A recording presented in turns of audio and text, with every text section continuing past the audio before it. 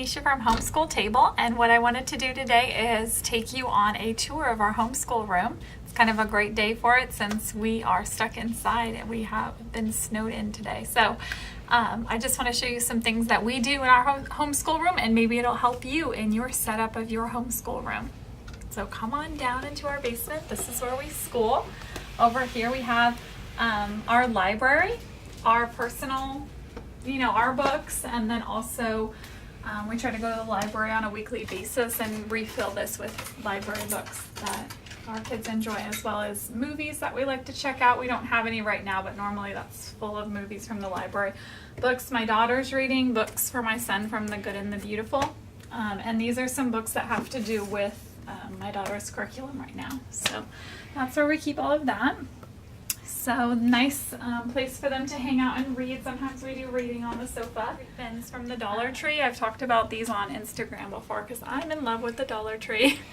But these bins are great for $1. Awesome. And they hold things like our shapes and shape cards, and like math cards, stamps, magnetic dolls, Lincoln logs, Lego, or potato heads, or puzzles. So just a nice place to store all that kind of stuff.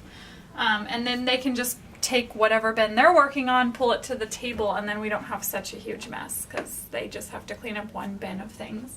Right now we're working on a science fair project. Today we worked on learning about sea turtles to kind of add to their poster. Again, I've been talking about this on Instagram. It's something we've been up to for a while.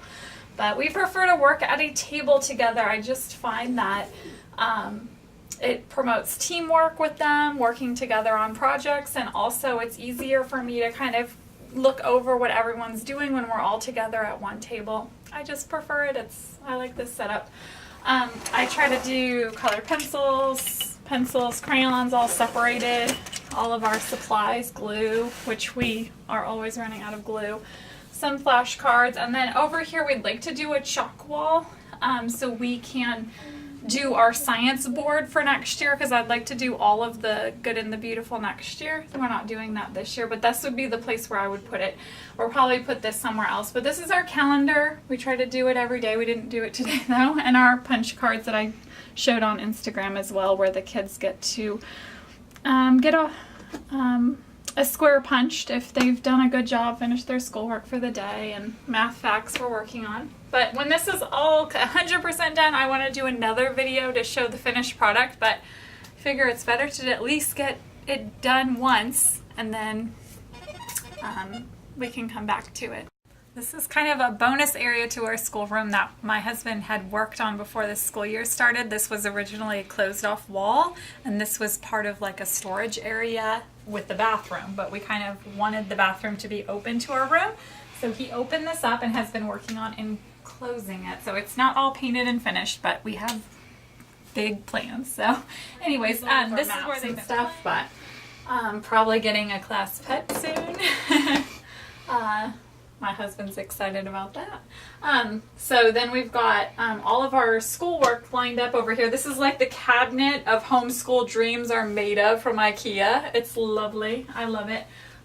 So I love these. These are awesome, and we use these every day, so they're getting a lot of wear, but they only cost like a few dollars, and you got 10 of them. So surely you can afford to trade them out when they get really rough. But so my daughter, normally this would be in here. She is working on moving beyond the page. These are her things for that. We'll just pull this out. Normally what I do is pull out all of the activities we plan to do for the day, set them on the school table. As we accomplish them, we put them away, and then the table is clean. That means we're done.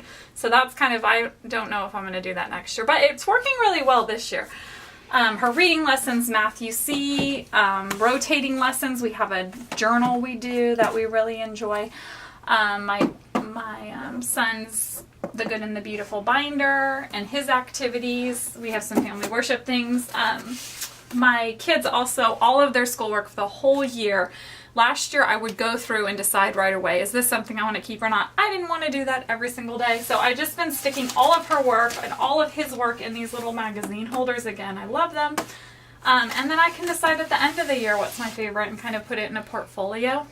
But we have our Legos over here and our future school stuff that we're not using right now. Matthew C. blocks, and then my kids have these bins that have all of our art supplies in them, and they have like different little cutouts or glue or paint, or mostly they can be unassisted in this bin, but sometimes that could get a little bit dangerous.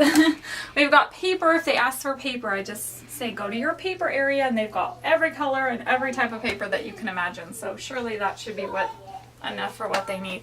We've got a bathroom down here, which is awesome because the kids don't really have to leave the space, and I can keep everybody kind of together.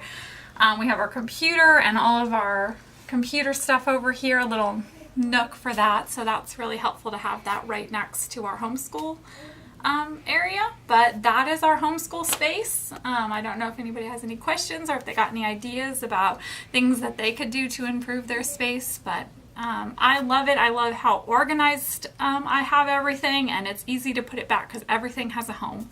So thank you for watching, and I hope to do more videos.